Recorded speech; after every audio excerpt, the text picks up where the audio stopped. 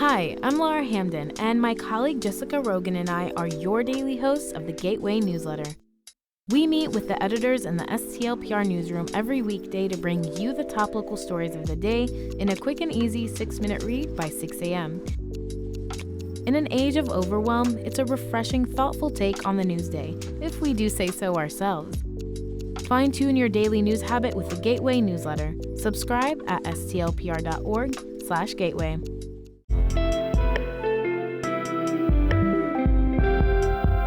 From the St. Louis Public Radio Newsroom, this is The Gateway. It's Thursday, June 4th. I'm Abby Larico. The Missouri House passed about 10 education bills this year that representatives say languished in the Senate. And then got used as pawns in the political games that occur sometimes in the Senate. And I don't play the political games that way. St. Louis Public Radio's Lilley Halloran has more on why almost nothing on education passed in what was otherwise a busy year in the legislature. Coming up after this news on The Gateway. St. Louis Mayor Kara Spencer says cuts to the budget for next fiscal year are almost guaranteed as the city tries to deal with unexpected raises for the St. Louis Fire Department. STLPR's Rachel Littman explains. Later this month, the state board that oversees the St. Louis Police Department is likely to approve raises for its command staff of up to 22%. The money for those raises is available in the police department's budget, but they trigger equal pay hikes for the fire department, which the city was not prepared to fund.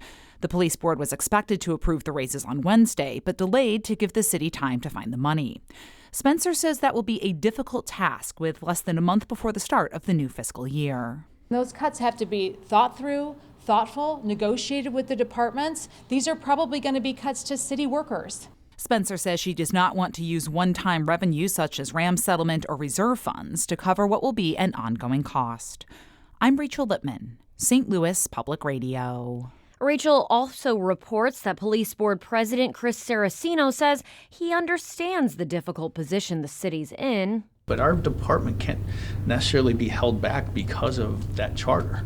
We have an obligation to this department. The police board did approve 4% raises for the SLMPD's civilian employees. After a full school year without a contract, a Metro East school district and its teachers union have reached a tentative deal. The Cahokia School District and the union that represents its teachers, service workers, and secretaries agreed on the terms this week. Ray Roskis has been negotiating on behalf of the teachers union. It's difficult, but it was that process that led us to an agreement, and I didn't think we'd get there, but we did. The Cahokia School Board and the union's full membership still have to approve the agreement. It includes a 5% increase for the union's base salaries, but it now requires teachers to make lesson plans available to the principal once a week.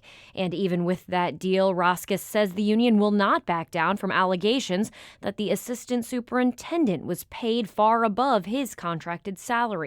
The superintendent says the tentative deal demonstrates mutual dedication to the district's employees. Connecticut Senator Chris Murphy says that Democrats need to talk to voters who may have diametrically different positions than them.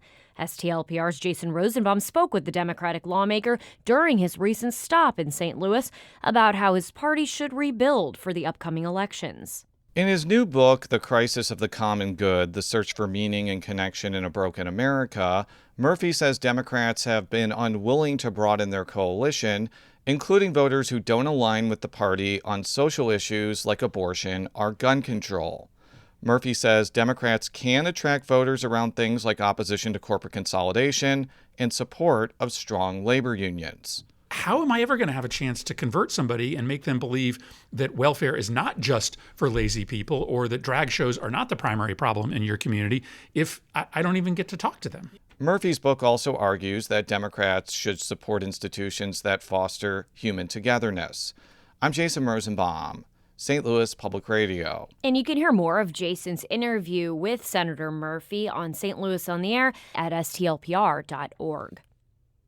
Deaths by suicide, alcohol, or drug use are down in Missouri and Illinois. That's according to a new analysis this week of federal health data by Trust for America's Health. It found in both Missouri and Illinois there were fewer of these deaths in 2024 compared to 2023. Still, stigma can be a barrier to seeking help, says J. Nadine Gracia, the organization's CEO. Having a mental health challenge or facing drug use, it is not a moral failing. Missouri's rate of these so-called deaths by despair was down by 15%, Illinois is down by 18%. That puts both states in line with national trends. The Metro East village of Millstadt is dropping its bid to cut down a resident's flower and vegetable garden. As St. Louis Public Radio's Will Bauer reports, the village is walking back its decision after a nonprofit law firm intervened, arguing the move would have violated state law. Last week, Millstadt left Laura Schaefer a citation for violating the high grass and weed ordinance.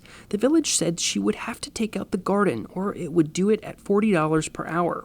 In an interview with the Belleville News-Democrat, Schaefer says her garden had been a refuge for her during cancer treatments. It is my gym, it is my temple, it is my therapy, it provides me nutritious food, it's just everything to me. After the Institute of Justice got involved this week, Schaefer says the village mayor assured her it wouldn't move forward. The law firm argued that Millstadt's citation had violated a state law that defines gardens on residential property and prohibits municipalities from regulating them. I'm Will Bauer, St. Louis Public Radio.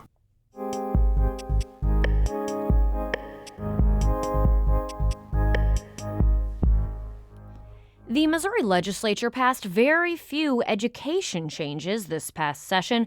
That's despite about 10 bills making it close to the finish line. St. Louis Public Radio's Lilley Halloran reports on where things fell apart and what the future may hold. This is definitely the section. Daniel Watson grew up biking to the University City Public Library on weekends with instructions from his parents to come back with book reports. Usually, he liked biographies about Black historical figures, like the musician Paul Robeson.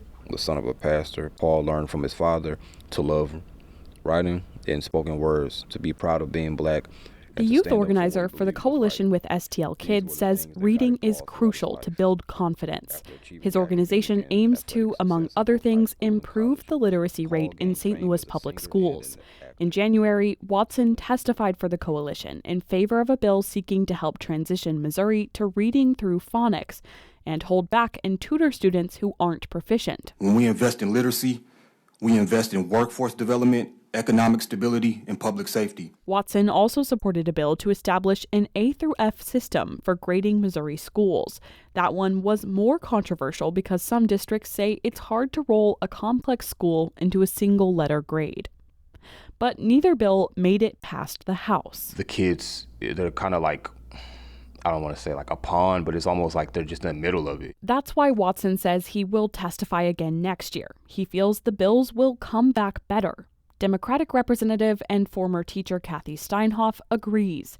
She says the literacy bill and another the House passed to restrict screen time and bring back cursive writing started off needing work. I was like, heck no, I'm not going to vote on this. Steinhoff says she worried about adding more to a teacher's plate, but she eventually voted yes on both and felt better about the A through F bill because House Education Committee Chair Ed Lewis let her and others come to the table with suggestions. I think he's somebody who exhibits through his actions that legislation is better when everybody has a chance to weigh in on it. Lewis, another teacher, says there isn't always a place for partisanship in education. There are some divides on some issues, but in many of the issues, there's a lot of common ground. Even on the A through F bill, Lewis says the House listened to Democrats and made changes so schools that improve on metrics like literacy could get extra funding. But he says every education bill languished in the Senate. And then got used as pawns in the political games that occur sometimes in the Senate. And I don't play the political games that way. Both parties in the Senate blamed the other for not getting education changes across the finish line. I'm sitting in the Senate Education Committee, and it was one bill after bill that, in my opinion, was nonsensical. That's Democratic Senator Maggie Nurenborn. The former teacher criticized the Republican chair, Rick Bratton, for prioritizing what she calls culture war legislation, like a bill to keep teachers from recognizing a student's preferred gender. Nierenberg also says she drafted 19 amendments to the A through F plan because she was concerned Republicans would use it as an excuse to expand vouchers for private schools. The governor on down really want to go out there and paint a picture that our public schools are doing terribly, that they're underperforming. But Bratton and other Republicans stood firm on their priorities. I'm sorry they don't like them, but they can't win on their ideals. They can't win on those. That's why they are a super minority. Of all things, Bratton says he would have liked the literacy bill to pass because he saw his dyslexic daughter grow after repeating a grade.